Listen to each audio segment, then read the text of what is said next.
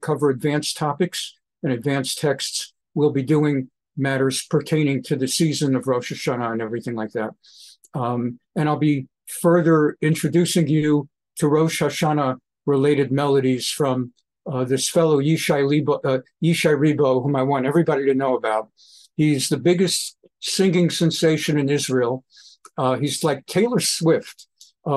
He's the biggest thing in Israel, and most American Jews don't know about him.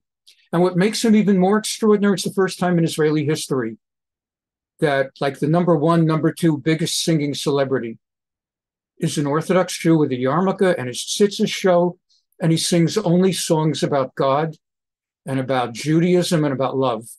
But loving God and loving people, it's like his songs are not about sex. They're not about all the garbage that American lyrics are about. It's just loving, hopeful.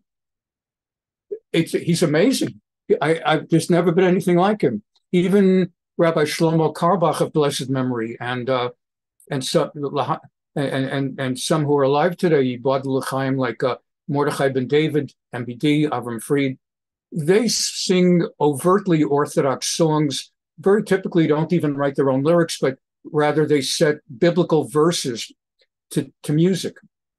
But Yishai Ribo, he's like just unbelievable, just unbelievable. And I've been trying very hard to find those of his songs that have English lyrics so that you could kind of get a sense of who he is. And as we go into Rosh Hashanah season, he very much fits in. I'll just give you one song right now as an example, and then we're going to go right to the text. And an example that has kind of an example also of how he sings songs of spirituality. Let's just find him. Okay, let us find him. And to find him, we're going to look for him. And to look for him, we're going to find him. That's a tautology. Let's find one with his English and a theme of returning to God. Here we go. Just to give you an idea, this is the hottest guy, or some can say there's a woman, Noah Curel, who was just in the Eurovision. He's one of the top 3 singers in Israel. He's just gigantic. He packs, not only does he pack crowds, audiences, he's going to become, I mentioned on Sunday, he's the first Israeli in history who is going to be performing a concert in Madison Square Garden. He's already pretty much sold out Madison Square Garden. And nobody's even heard of him in America, and he's still sold out. He's just amazing. Okay, just to give you an idea. Here we go.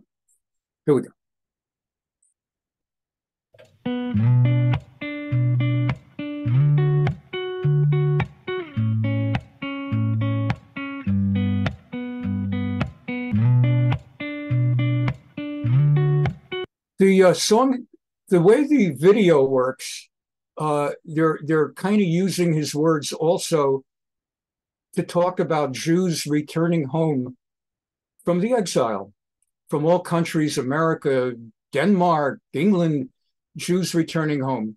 But if you really understand the lyrics as he wrote them, the lyrics are about returning to God as Rosh Hashanah comes, that God forgives sin.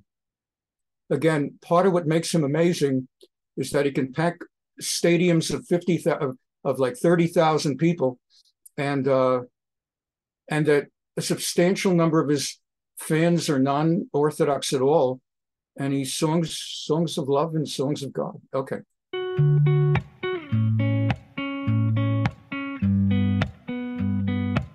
הגיע הזמן להתעורר, לעזוב הכל, להתגבר, לשוב הביתה, לא לחפש מקום אחר. הגיע הזמן להשתנות, גם אם פספסנו תחנות, אפשר לרדת, יש רכבת, חזרה לשכונות. הכל אפשר רק אם נרצה, המחפש תמיד מוצא, גם אם הוא נמצא אישה מרחק בקצה. דלתות שמיים לא ננעלו, כשהבן קורא הצילו, אבא שבשמיים מגיע אפילו. אפילו שעשינו משהו רע, הוא מוחל וסולח, מוחל וסולח, מושיט ידו לעזרה, ונותן ברחמיו את הכוח לתקן ולשוב אליו.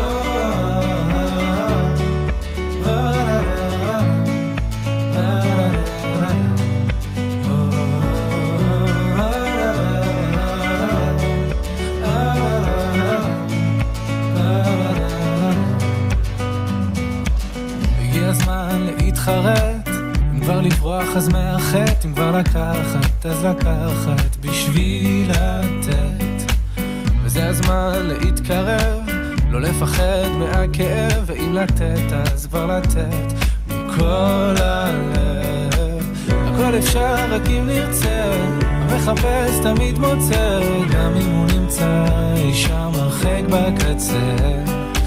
דלתות שמיים לא ננעלו כשהבן קורא הצילו, אבא שבשמיים מגיע אפילו שעשינו משהו רע, הוא מוחל וסולח, מוחל וסולח, מושיט ידו לעזרה, ונותן ברחמיו את הכוח לתקן ולשוב. אפילו שעשינו משהו רע, הוא מוחל וסולח, מוחל וסולח, מושיט ידו לעזרה, ונותן ברחמיו את הכוח לתקן ולשוב אליו.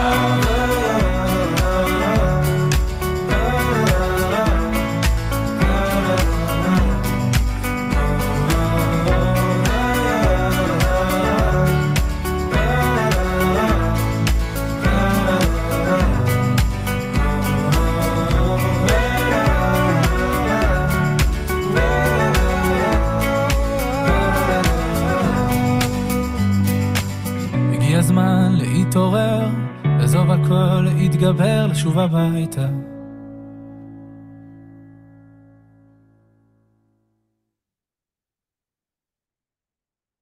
So the time has come to start spiritually thinking about Rosh Hashanah and Yom Kippur coming. And we get so caught up in daily life that we lose contact with who we are, because we are so focused on the demands of daily life. This morning, I had all kinds of things planned, and we were running short on bounty paper towels. So I had to remember to set up the Instacart order. I had to put bounty paper towels. And then something else came up, and I ended up wasting an hour, investing an hour of my life before I even began the day that I wanted to do, because I needed bounty paper towels. And that's with apologies to the Brawny Company or whatever they're called. And I mean, really, it's like so much of our lives, we get caught up in stuff. I open up my inbox, I know exactly what my day is going to be, and my day becomes nothing like that. And thank God we have these Torah classes. They keep me honest. I don't know if you get anything from them, but I get to learn Torah. I can't teach it if I don't prepare it. And once I get into starting to prepare, I'm completely lost to the world and I'm immersed in my books. And if I didn't have, that's why being a rabbi is like the greatest job in the world, because it's not a job. I get to teach Torah. I get to learn Torah. I don't know what I would do if I didn't have it pushing me. And because so many things pull in so many directions. I get a bill with me with the doctors. Every doctor in town, it's like when people who do financial fraud learn there's a sucker in town. Everybody starts offering you investments. Every doctor's coming to me for bills. And so I have to spend time paying them. Thank God for things are online. In the old days, I'd be writing checks all day. My house would be like the Czech Republic. So anyway, thank God I'm done with that.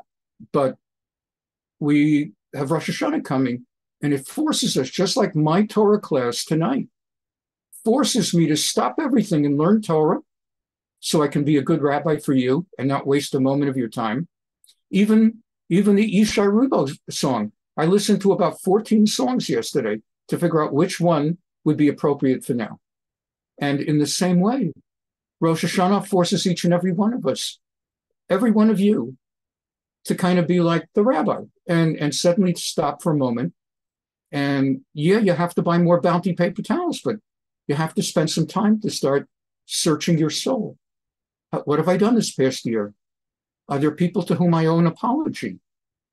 Were there opportunities that I missed to do the right thing, to serve God and do mitzvot, or to serve people in a kind and gentle way?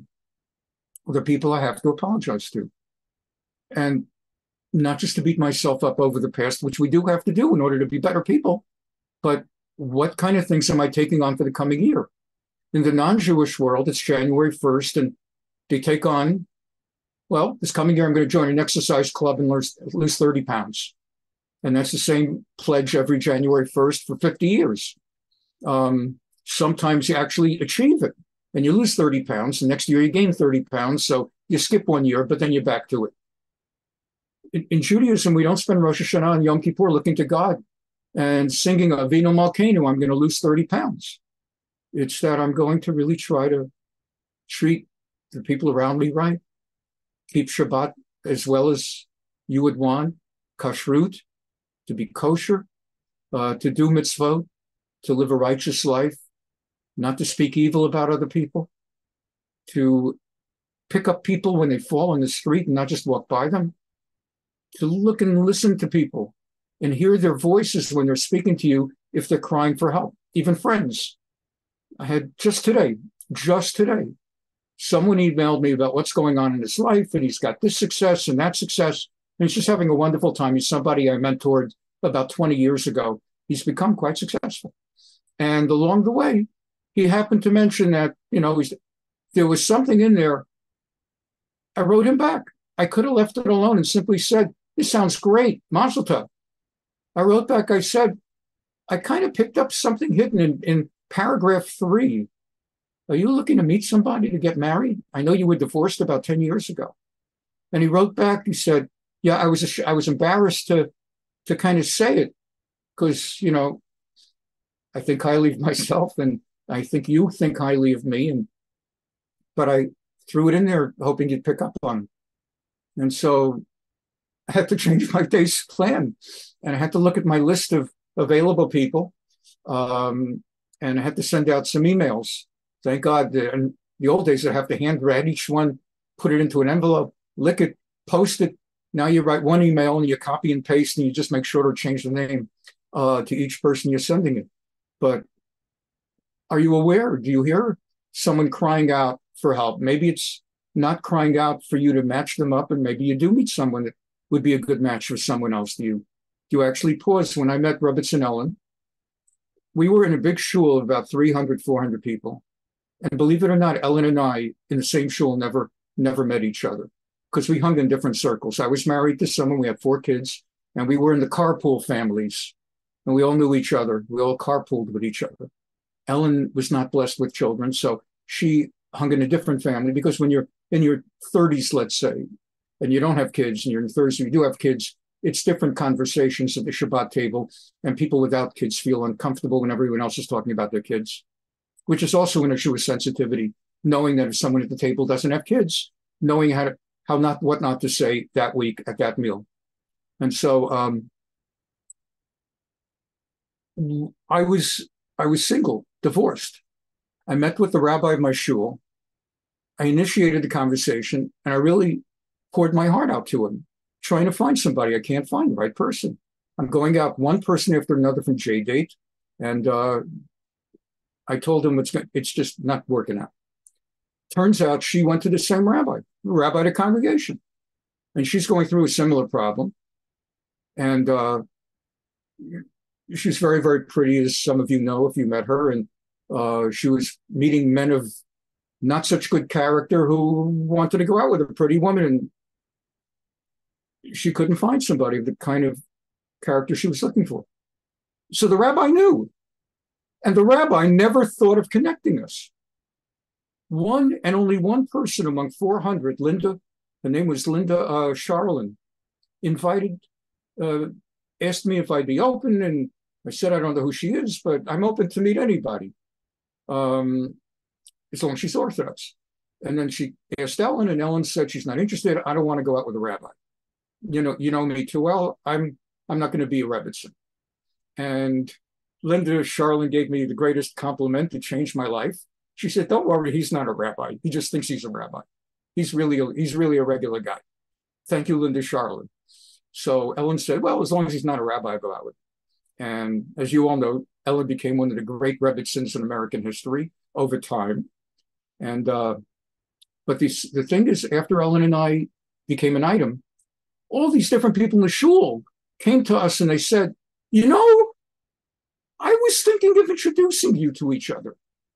I was thinking you'd be a good man." Yeah, everybody was thinking it. Nobody did it. Not even the rabbi, just one person. Changed Ellen's and my lives forever in the best possible way. Are there people in your lives whom you encounter? Maybe it's not about introducing them to somebody. Maybe they need money. Maybe you know somebody who can offer them a better job. Maybe they're miserable at work. They happen to mention in passing.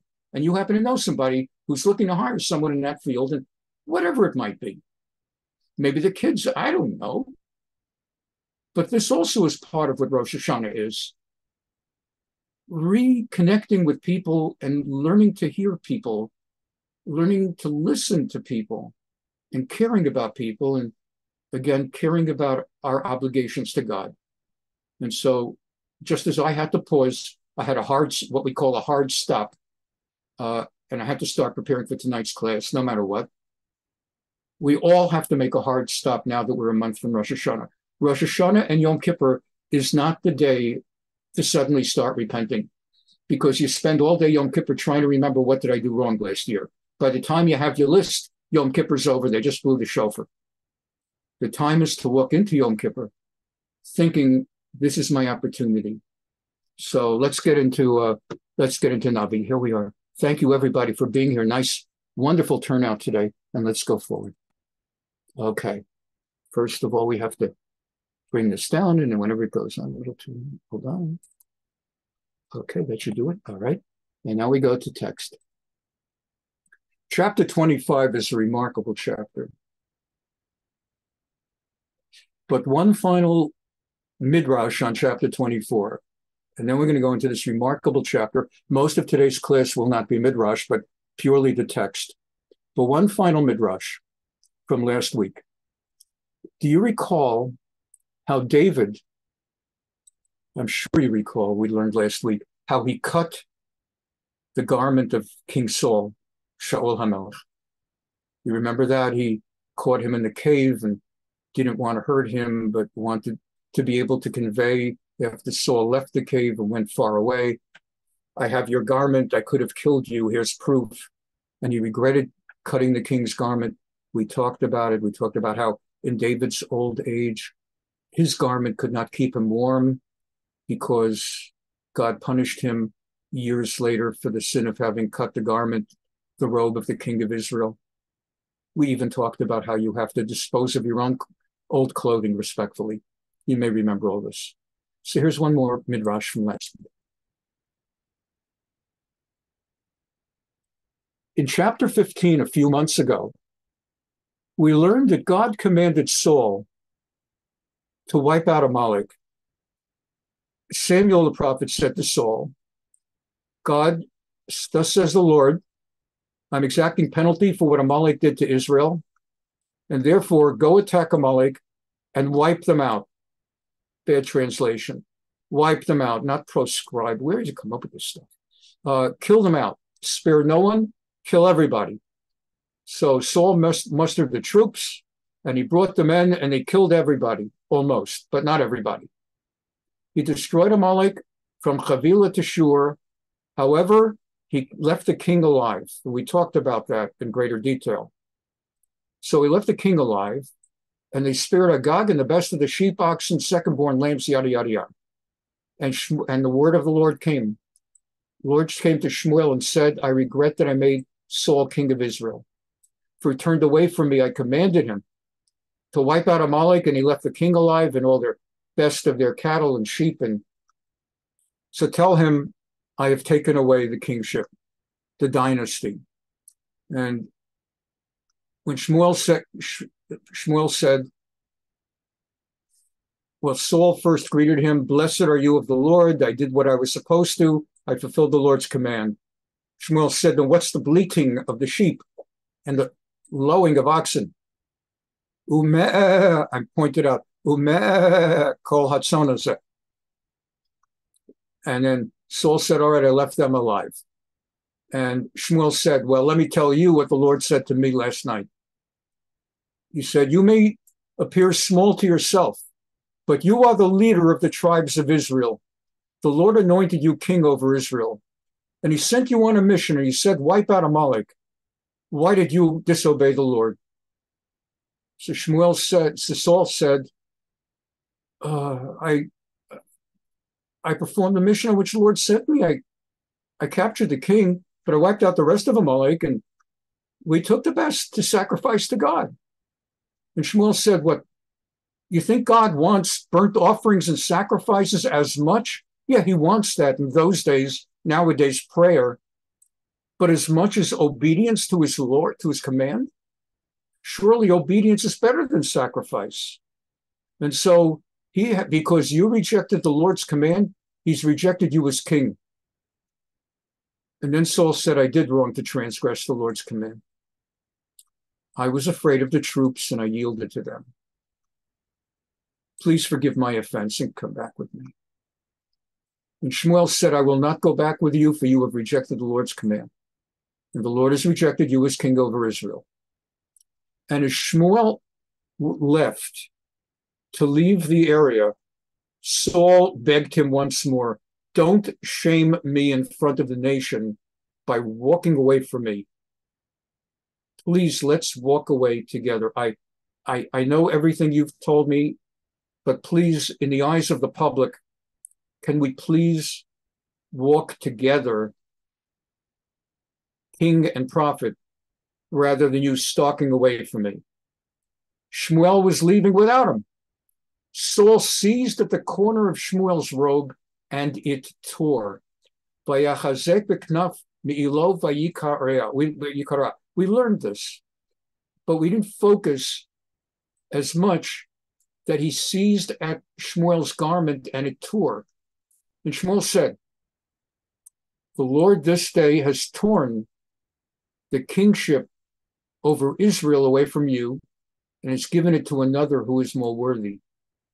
Kara Hashem et mamlechut Yisrael me'alecha hayom u'netana l're'acha tov mimeka. V'gam netzach Yisrael lo yishaker v'lo yinachem ki lo adam hu linachem."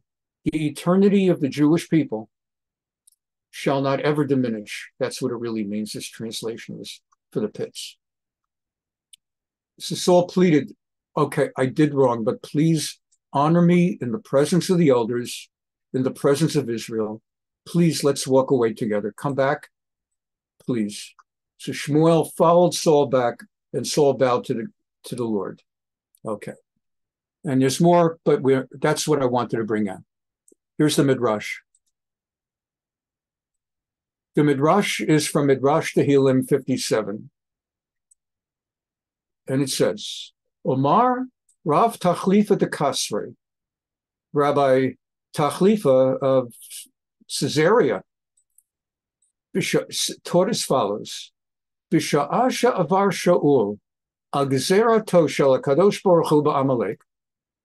At the time that Saul, the king, violated the decree of God against Amalek by leaving the king alive and the oxen and sheep and cattle, Ushmuel ba v'hochicho, and the prophet Samuel came and reproved him and said, Ki ma'asta devar Hashem, and told him that the king, essentially had defied the word of God. Kevan shebikesh elech koralo et milo, and then as Samuel turned to go away, King Saul grabbed at his robe and inadvertently tore the robe. Shneimar ve'asev Shmuel alechet ve'chasek bechnaf milo v'ikara. As it says, I just read you. Amar lo Shmuel, and then Samuel said, Kara Hashem et mamlechut Yisrael v'gomer. And then, as I just read to you, Samuel said, thus God has torn from you the dynasty, the kingship of Israel after your lifetime. Omar lo. So Saul at that moment, it's not in the text, it's in the Midrash, Rabbi Tachluva is teaching it. Umarlo, Saul said, Umi huzeh. Well, who is it exactly whom the king will be the new king, whom God has determined and chosen to be my successor? Umarlo, Eini omer lecha. Samuel, the prophet Shmuel, said, I will not tell you his identity. Ella ani romez lecha. But as a courtesy, I'll give you a hint. Mishahu korea lecha et mi'ilcha hu atid litol et malchutecha. Someone in the future is destined to tear your garment the way you just tore mine. That is the when fated to be the next king of Israel. When Saul went to the outer cave, and then afterwards David emerged from the inner cave and quietly, surreptitiously cut Saul's garment. Miyad hikir Shaul masha marlo Shmuel. Immediately Saul realized and recognized, remembered back to the prophecy of Samuel, that the one who would tear his robe the way he had torn Samuel's robe would be the next king of Israel. Hitchil Omer, and at that point he said, Hinei adati kamaloch timloch. It was at that point that he said to David, I know with a certainty. We said that at the very end of last week's class. The ata hinei adati kamaloch timloch. I know now with a certainty that you assuredly will become king. How did he have such an assuredness? Because the tearing of the garment fulfilled the prophecy of Samuel, as Rabbi Tachluva told us. Okay. We now go forward to chapter 25. No more midrash on today's schedule. Today's focus will be the chapter text, and we'll go to commentary perhaps next week. Maybe one piece. I don't think so. Okay. Vayamat Shmuel ve'kavtzu ko Yisrael ve'yispedulo. The prophet Samuel died. He's been alive all this time. He's had to live and see the tragedy that the man whom he originally anointed by God's command to be king of Israel, Saul, ended up losing the dynasty. And he's had to see the additional tragedy that the next man he secretly anointed by God's command, secretly so that Saul would not kill him, that now David is on the run for his life. And Shmuel had retired, you'll recall, from public life, and now he died. And the nation mourned for him and buried him in Ramah, which is where he was based. We learned that many times during that time of Shmuel Aleph, during the time of 1 Samuel, that we were learning about Shmuel at the height of his career of prophecy. Vayakam David vayered al midbar Paran. Meanwhile, David went to the wilderness of Paran. And the last word from Saul is that Saul's no longer running after him. Remember? The last words of chapter 24.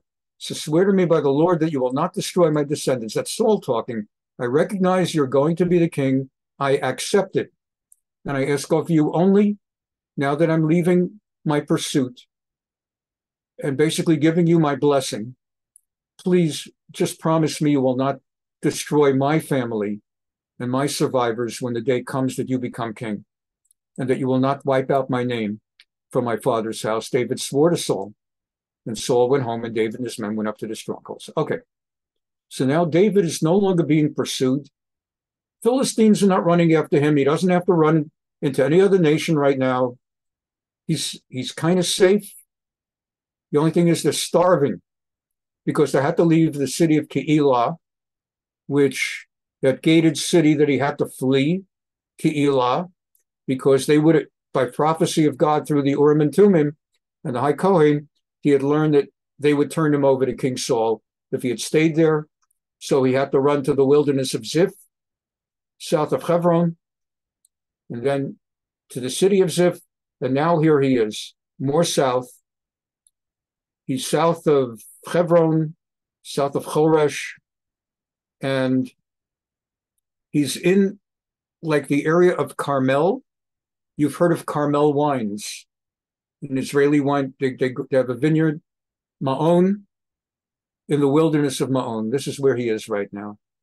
Carmel, Ma'on, to the west of Ein Gedi, where the goats are, and to the west of the southern half of the Dead Sea, the Yam HaMelach, that salty, salty sea. Okay.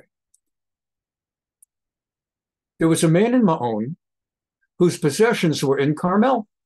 Makes sense, right? It's like you live in Irvine, but you have a job in Los Angeles. You live in Long Island, but you work in Manhattan. You live in the Shomron, but you work in Herzliya. You live in Judea, but you have a job in Jerusalem. So he lived in Ma'on, this man, and his wealth, his property was in Carmel next door, sort of like. Even in an era without cars and trains and buses and helicopters, it's not that distant. Okay. There was a man in Ma'on whose possessions were in Carmel. The man was very wealthy. He owned 3,000 sheep, 1,000 goats, and this was the season for shearing the sheep to get all that wool, making money off the wool. And the man's name was Naval, and his wife's name was Abigail, and she was gorgeous and brilliant. What a mix. The woman was intelligent and beautiful. Va'isha tovat sechel, you've heard, sechel, brains. Yafat toar, beautiful, yafa, yafa. V'ha'ish, and she's married to a lug. V'ha'ish kashev arav ma'alalim v'hu kalabi. The man was hard and tough and just evil-spirited, mean. And he was evil, and it's kind of like the word kelev, dog. He was like a gruff. How does that happen? It drives. I'm blessed with a wonderful, beautiful wife in Denise. I was blessed with a wonderful, beautiful wife in Ellen of blessed memory. But a lot of guys, they go crazy. It drives men crazy how beautiful women end up marrying people who beat them up. It's like these guys that say, I'm not so bad. Why did she marry that lug instead of me? And I mentioned in one of my other classes, Pamela Anderson from Baywatch, if a guy is into that kind of stuff.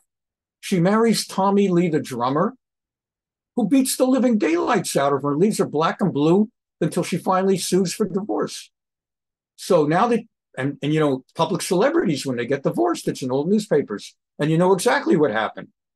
So what happens? Heather Locklear, who then was another beautiful woman. She was in Dynasty. She marries him. What's that about? And guess what? He beat the living daylights out of her, and she got divorced, all black and blue. And so he goes on to marry someone else. It's like, why do women like Abigail marry lugs like Naval? What's with this thing about, because they like the bad boy. It's the bad boy. It's a bad boy. So it's life. This is real stuff. It's not like make-believe that people just wrote a book. This is real things. Okay, so she's married to a lug. And David heard, while he's in the wilderness, his men have no food. Do you remember last class? They fled Keilah, and they went wherever they could go. Let's see if I have it real quick. I don't want to waste your time. But when he was told that, if I don't find it real quickly, but when he was told that the people of Keilah are going to turn him in, it said that his men left and they went wherever they went. All right, I'm going to give up because I don't want to waste a lot of time. But the moment that I give up, I'm sure I'm probably one verse away from where I'm looking. But anyway, you may recall he left Keilah and he went to, they went wherever they went and they had no food. It's not like nowadays that you stop off at Ralph's or A&P if they're still in business. I haven't been in New York for a long time. My day, there was A&P and Key Food and Waldbaum's. So anyway, it's not like you just go to the local, my favorite one is St. Louis. It's called Schnucks, if I'm not mistaken. I remember when I was in St. Louis, I had to go to a supermarket. I couldn't believe it. I go there and ask, where can you go? And I see this big, it's called Schnuck. And then I said, I can't believe this. And then a local said, no, it's pronounced Schnuck, Schnuck. I looked them up later on. The owners are Jewish. And of course, the name is Schnuck. But it's the same way. Most of you do not follow baseball. The New York Mets, several years ago, in baseball, you trade for other players. We'll give you this player and you give us that player. We need a pitcher. You need a third baseman. The Mets traded for a guy. And the guy's last name was spelled, non-Jewish guy. Guy's last name was spelled Putz. And it's the New York Daily News headline, page 1 headline, because people are big New York baseball fans. Putz comes to New York. You read the newspaper, Putz comes to New York. And it's like, you can't believe the headline. And then I'm listening to the first game in which he pitches, and the announcer says, the Mets are calling in their new guy, their new reliever, and here comes Putz. Putz. My name is Putz. Yeah, Putz. Frankenstein, if you remember Young Frankenstein, Frankenstein. So anyway, this guy's name is Naval, and he's an evil man, and David's men are starving. They have no food, and David hears that this billionaire, the richest of men, his sheep are now being sheared for wool, and so David sends 10 of his men. Do you remember how David got 600 men? People came over to David. They heard that he's running and looking to create an army to protect himself and to help. And people from all over joined him, including shepherds from some of Naval's own shepherds. They had decided, we don't make much money here as shepherds. And I heard that David, the son-in-law of King Saul, is looking to put together an army. That sounds exciting, and I'll join. Better than shepherding. So some of his men actually were shepherds from Naval, but they were not only those people, it was like a agglomeration of people. Okay. So David dispatched 10 young men, Asara Na'arim, and he told them, go to Carmel, Alu Carmela, and go to Naval, and please greet him. She'altem lo b'shmi lishalom, weshem shalom. Tell him David greets him with peace. Tell him l'chaim, l'chai, to life. Atar shalom u'beitcha shalom. May you have peace. May your house be in peace. V'chol asher l'chai shalom. May everything be that you own have peace. I come to you in peace. I've heard that you're now doing your shearing. As you know, your shepherds, some of them have been with us.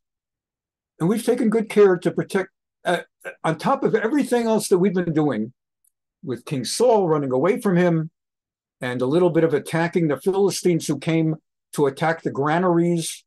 Remember that? The granaries of Chomesh. On top of or Keilah, on top of everything else, we've actually, because we have some of your former shepherds, we've actually been keeping an eye on your property in Carmel. I'm not telling you that's what's been my focus, but believe it or not, we've done that also. We did not harm any of them, and nothing of them is missing. Even though some of our people are former shepherds of yours, and easily we could have gone there and swiped some sheep. They know the way around there. Ask your young men, they'll tell you. So receive these young men graciously, for we've come on a festive occasion. And can you please give your servants and your son David whatever you can? He's doing fundraising. Would you kindly, we're starving. And there's no key food or Schnucks or Ralph's or Albertsons. And we need some food. And the last time this happened, he went to Nov, the city of the Kohanes, and the next thing you knew, King Saul slaughtered 85 Kohanim at the hands of Doeg. You remember that story, the tragedy. Only Aviatar, the Kohen, survived. Was it Achito? So here, please, because now he's at peace with King Saul. So David's young men went, delivered the message, and when they stopped speaking, Naval answered, "Me, David. Who the heck is David?" Umebe and Yishai even shifted from calling him by his first name to be more disrespectful. Who the heck is this son of Jesse? There's many slaves nowadays who run away from their masters. What, you're telling me that I should be extra nice to you because some of your people are former workers of mine? Oh, there's runaway slaves everywhere. Give me a break. I didn't become rich by giving charity. Should I take my bread and my water and the meat that I slaughtered from my own shearers, the ones that have stayed here and remain in my employ, and give them to men who come from, I don't know where? Natati Lanashima Shaloya Dati, I don't know. Amy Zahima. I don't know who you are and where you came from. Who the heck are you? Get out of here. So David's young men returned to David, and they told him everything he was told. And David said, okay, tried nice. Let's gird our swords. We're going to battle. Everybody, including David, girded his sword. 400 men went up, and he left behind 200 men to keep an eye on everything being left behind. We're going 400 men strong. We're getting that bread. We're getting that sheep. And we're getting that water. And we're getting it. Now, one of Naval's young men, told his wife, Abigail, the beautiful, brilliant woman, Naval's wife, that David had sent messengers from the wilderness to greet their master, and that Naval had spurned them and more practically had pretty much kicked them, so to speak. And men had been very friendly to us. We weren't harmed, nor did we miss a single sheep. Nothing ever got stolen, and none of our valuables or properties all the time. We went about with them while we were in the open. There were a wall about us between night and day that we were with them tending the flocks. So, Abigail, I want you to know what just happened. Consider carefully what you should do. Because our master Naval, he doesn't know it, but he's in big trouble. Harm threatens our master and all his household. I mean, there might be a mass slaughter. He's such a brute. Ben Belial. He's such a lug. He's such a bad person. And we're not ashamed to tell you because you're too much of a class act, Abigail, not to know it yourself. Such a nasty fellow. No one can speak to him and tell him, don't mess with David. Abigail understood, quickly got together 200 loaves of bread, 2 jars of wine, 5 dressed sheep, 5 sayers of parched corn, 100 cakes of raisin, 200 cakes of pressed figs, loaded them on asses, and told the young man, go ahead of me, I'll follow. Might not be able to keep up with you. Get there as fast as possible. Give that to David as fast as possible before he reaches my husband and our property. And she did not tell her husband what she was doing, because she knew who he was and what he was made out of. So she was riding on the ass, going down a trail on the hill, when David and his men appeared coming down toward her. So, going different directions, and they encountered each other.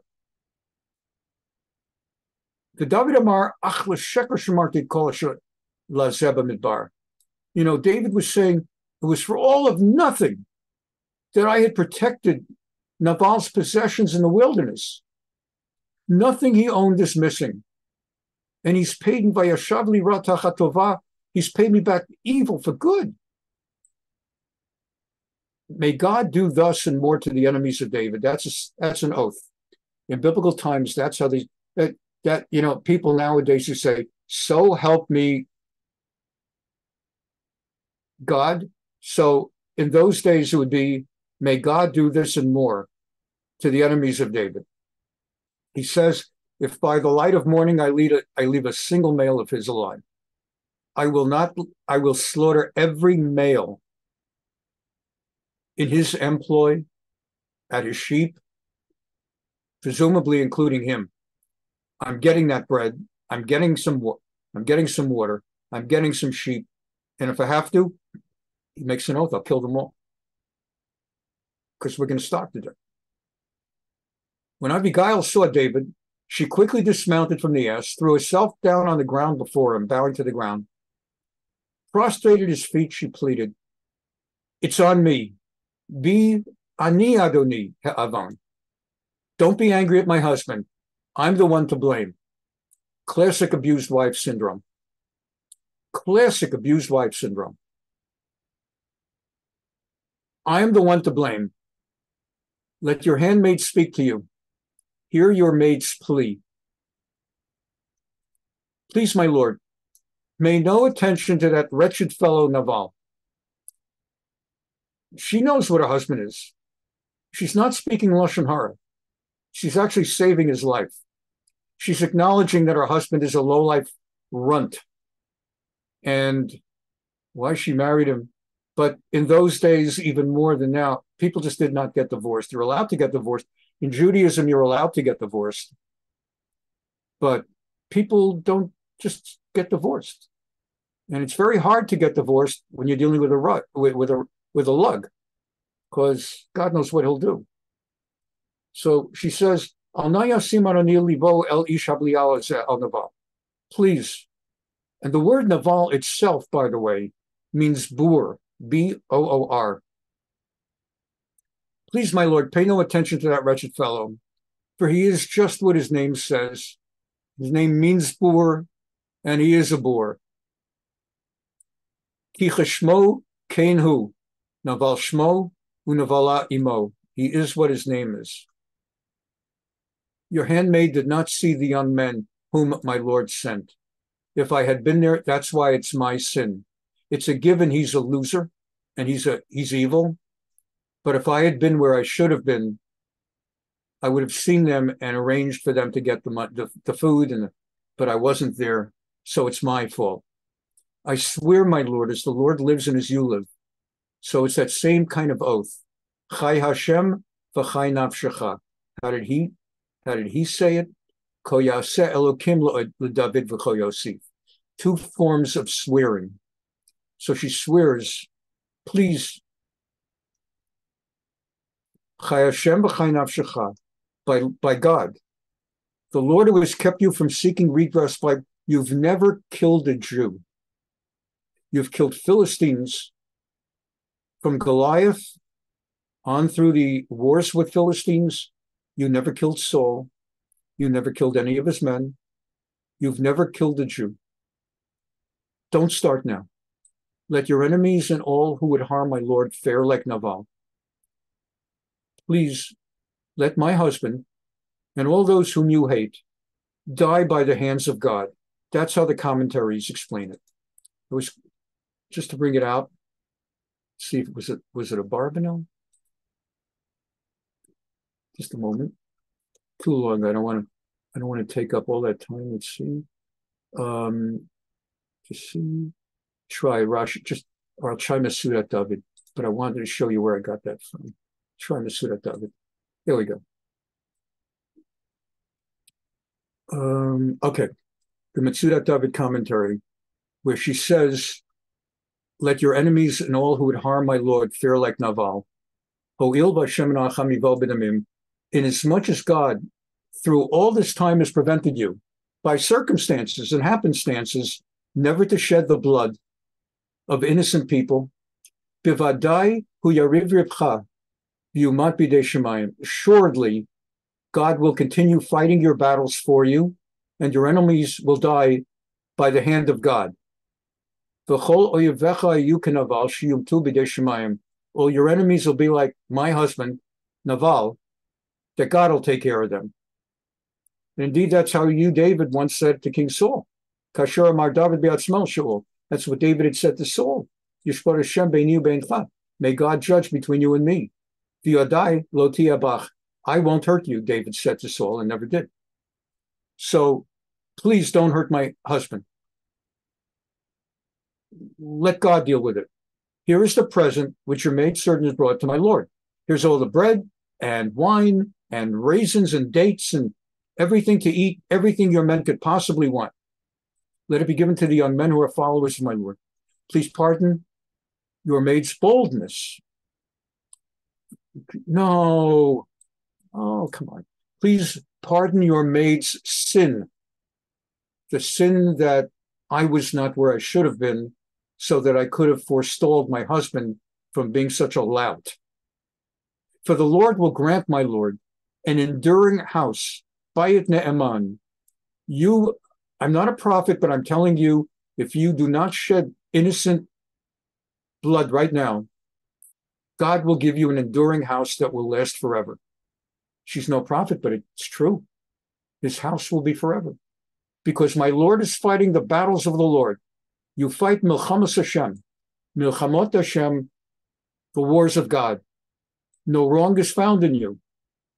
If anyone sets out to pursue you and seek your life, the life of my Lord will be bound up in the bundle of life, in care of the Lord. You will be forever. You will be for eternity. Your soul will be for eternity. Don't blow it by killing an innocent man. Maybe he's not innocent, but he doesn't deserve the death penalty, does he? If David actually were king and someone would deny bread, he would, under Torah law, get the death penalty. Or it would be within the right of the king to have him executed. The king has the right to have anyone executed. Rambam explains that in Hilchot Malachim, in Rambam's Mishnah Torah, the chapter, the section on the laws of kings. But David is not yet a king. He does not have authority to declare anyone to be killed, except someone who tries to kill him. So you're allowed to kill in self-defense. Don't blow it. Don't sin. When the Lord has accomplished from my Lord all the good that he's promised you, appointed you, don't let this moment cause stumbling and faltering courage. Don't kill. You have shed blood needlessly. No, don't let that happen. Don't let don't let it be that my Lord seeks redress with his own hands.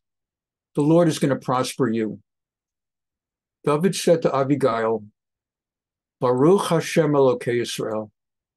Blessed is the Lord, the God of Israel, who sent you to me this day to stop me from doing something terrible, terribly wrong.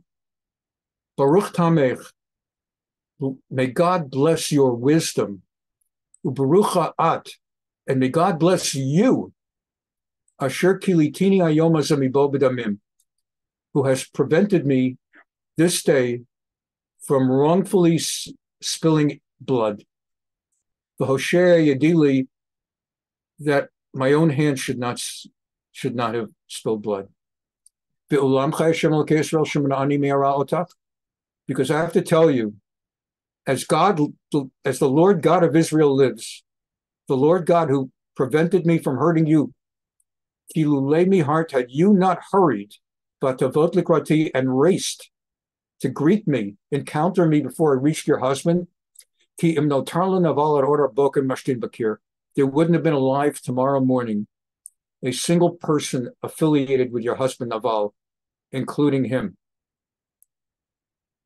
So David took from her everything she brought, the bread, the wine, the dates, the figs, the raisins, and he said, Alil shalom leveitech, go back home in peace. Go home safely. Re'ei shamati b'kolech ve'esa panayech. I am accepting, I'm hearing your words, and I am accepting them. And so Abigail went home. That's why, if you ever heard of someone named Abigail, John Adams was married to our second president in America, was married to Abigail Adams, and perhaps you've met Abigail's. This is the original Abigail. Abigail went back to her husband, and that night, he didn't know what was going to, that would have been a massacre. He has no idea. And he was having the biggest of parties, celebrating the successful conclusion of the annual period of sheep shearing, which in the shepherding world is like the big, big thing. It's like for store owners, Christmas week in America, when they make like half of their annual income on sales during Christmas, starting with like what, Black Friday or whatever it is, the Thanksgiving through Christmas season. So in the sheep shearing season, this is the season. And they had a tremendously successful year. And that night, they had a celebration.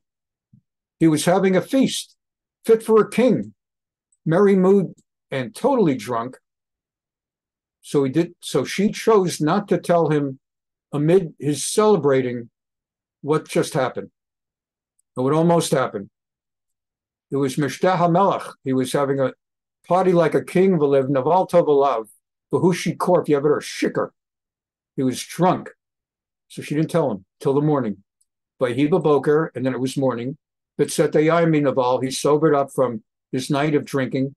Not that he was an alcoholic, but it was like someone who goes to a Christmas or New Year's party and isn't good at stopping at a party when people start drinking, and comes home not necessarily an alcoholic, but someone who allows himself to get that drunk. I've never been like that, but I've met people like that. But Taged Lo Ishto, now that he's sober, she told him, I saved your life. Just want you to know. I saved your life. David and 400 men were coming to slaughter you. I saved your life. I gave them some bread. I gave them some this and that. I saved everything. And she told him. And when he heard, he immediately had a stroke. When Naval had slept off the wine, everything would have happened. And the commentators and rabbis tell us what gave him a stroke was when she told him that she had delivered on top of everything else, all of that stuff. Right? 200 loaves of bread, 2 jars of wine, 5 dressed sheep, 5 seahs of parched corn, 100 cakes of raisin, 200 cakes of pressed figs, and a partridge in a pear tree. And not a partridge in a pear tree. It needs rabbinic supervision. Okay. When she told him, according to the rabbis, that's what did it. When he heard that small amount of his total wealth was given and saved his life, the giving away of some of his wealth, he was struck immediately by a motley bo b'kirbo, his heart. He had a stroke or a heart attack. And he became still alive, but like a stone. He went to like a coma. About 10 days later, God struck him dead. That's it. He had everything, but he was still alive. When David heard that Naval was dead, he said, it was like exactly what Abigail had said. Don't hurt him. Let God deal with him. When David heard by Shema David Kimet Naval B'Yamar Baruch Hashem, thank God, Asher Rav et Riv Cherpati, who fought my battles for me. Miyad Naval, he fought Naval. V'et Avdo Chasach Mera'ah, and God protected his servant David, myself, from becoming a murderer. V'et Ra'at Naval, he Shiva Hashem Baruch, showing the evil of Naval. God smote him back. And David sent and asked for Abigail to be brought to him. He decided to marry her. Lekachta lo leisha. He asked to propose marriage to Abigail. She was gorgeous, brilliant, and suddenly available. David's servants came to Abigail, said that David would like to make you his wife. She immediately bowed low with her face to the ground and said, your handmaid is ready to be your maidservant, even to wash the feet of my Lord's servants. Then Abigail rose quickly, mounted an ass with 5 of her maids in attendance. Right? There's such a wealthy family and household. She had maids already, 5 maids. She followed David's messengers, Vatahilo Isha, and she married King David, his second wife. Right? He had married Michal, the wife of King Saul, the daughter of King Saul. He's allowed to have more than one wife. In those years, everybody was. And he now has a second wife. One, the king's daughter. One, a brilliant, beautiful woman who also has a heart of gold and common sense and will do what she has to protect her husband. That's a great wife. I have such a wife. Denise saved my life. And she saw me reaching a point that my oxygen intake was worse than I myself was aware. She insisted I go to Cedar Sinai and speak to them about a lung transplant. I didn't realize I was only days away from dying. When I got there, they said, it's a good thing you came today because we don't even know if you're going to wake up tomorrow morning. You better admit yourself in the hospital right now. She saved mine. That was Abigail. Saved her husband's life. And David, this is David. And while he was marrying, right, today, I told you, today I had to buy Bounty tissue. So while I was buying Bounty on Instacart, we were also short of hummus. So I added some hummus. So while he was short, while I was shopping for a wife, he also took Achinoam of Jezreel, to also become his wife. So now he has 3 wives. And meanwhile, and we're going to learn more about it next week, Saul took Michal, whom he had given David his wife. Saul had given his daughter Michal, David's wife, to Palti ben Laish. Saul, as king, and this is very problematic, but I like to end on a cliffhanger. Saul took away David's wife, Michal. There's no divorce, no get. And this king gave her to another man. And a king has authority to have someone executed. He does not have authority to take away a man's wife and give her to someone else without a get. So that's problematic. But it also explains why David rapidly took on a wife, because while the Michal issue had to be resolved, David presently had no wife. And so he took on Abigail, and then he took on, and then he also took on Achinoam. Janet, you have a question. I'll be delighted to answer it. And that's today's class. Wow. Wow. Okay, so I was getting back to Michal. She saved his life, right? Letting him go Correct. out the window. She absolutely said, correct. And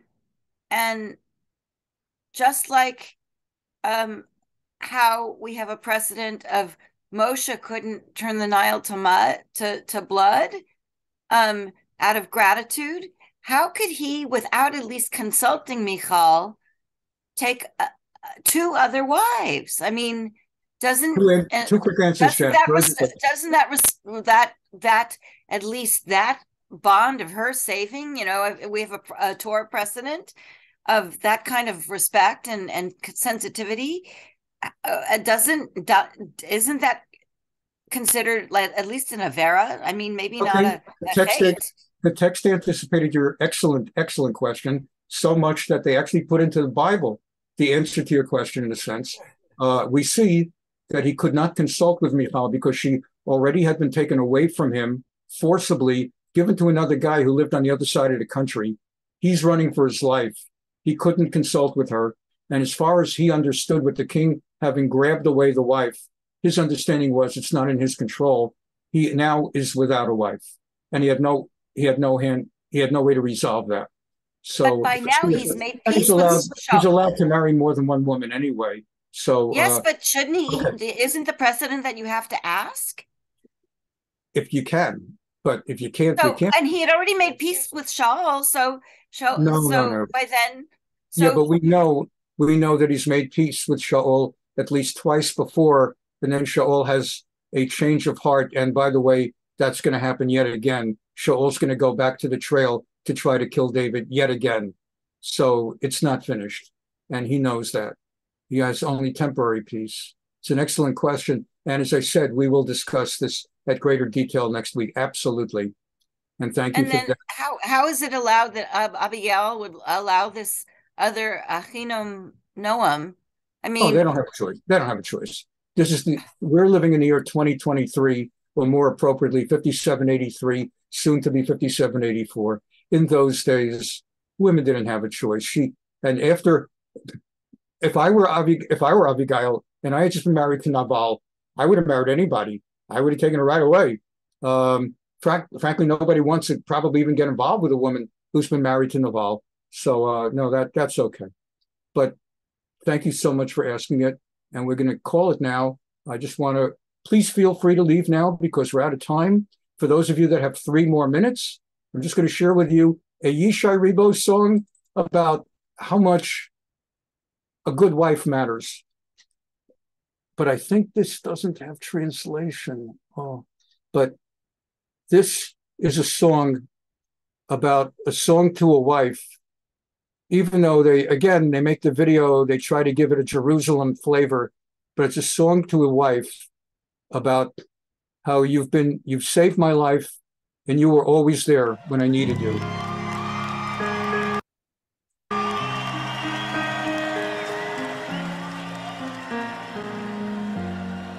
As I said, he's gigantic. He fills stadiums.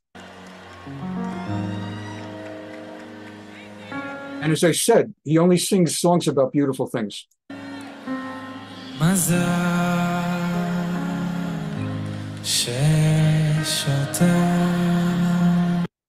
How fortunate that I have you. And you notice all the females in the audience are singing along with him.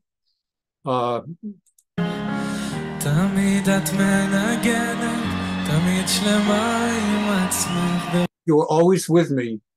You're always at my side.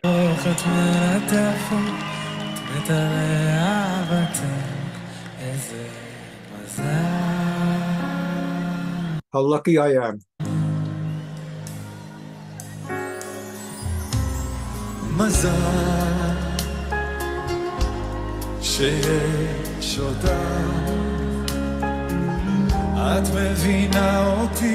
You understand me. You help me to understand and see myself.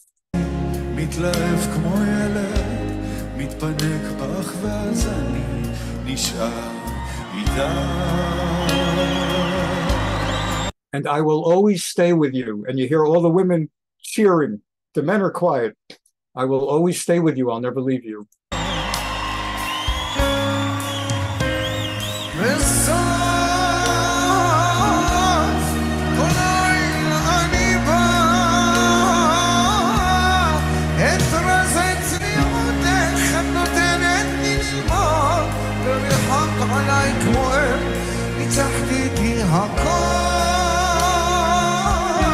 Every night I come home and you teach me how to be humble.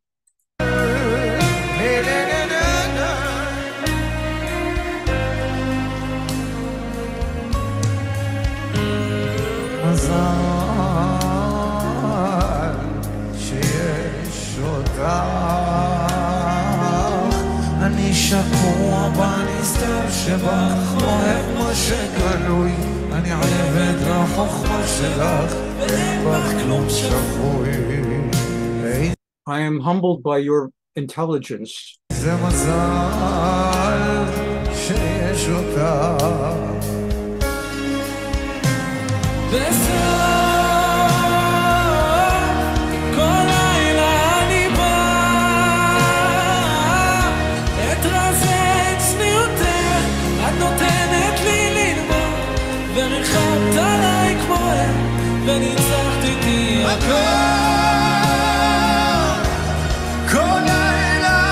You show mercy and love to me. You show compassion to me like my mom had compassion for me.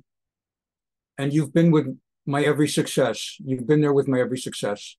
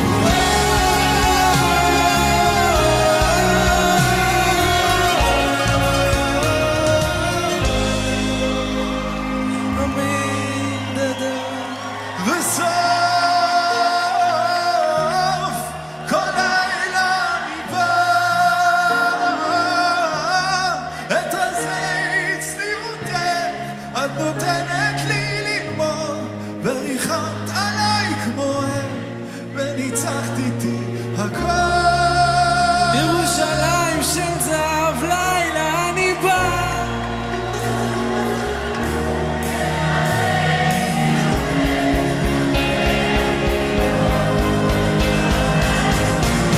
וניצחתי איתי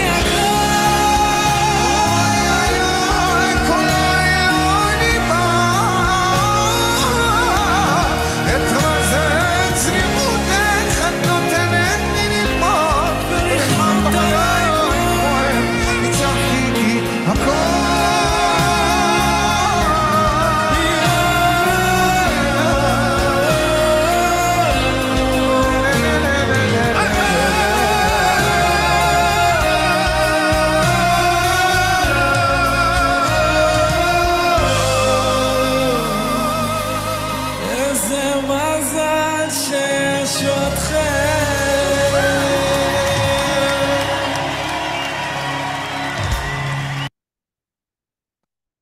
See what we miss here in the United States?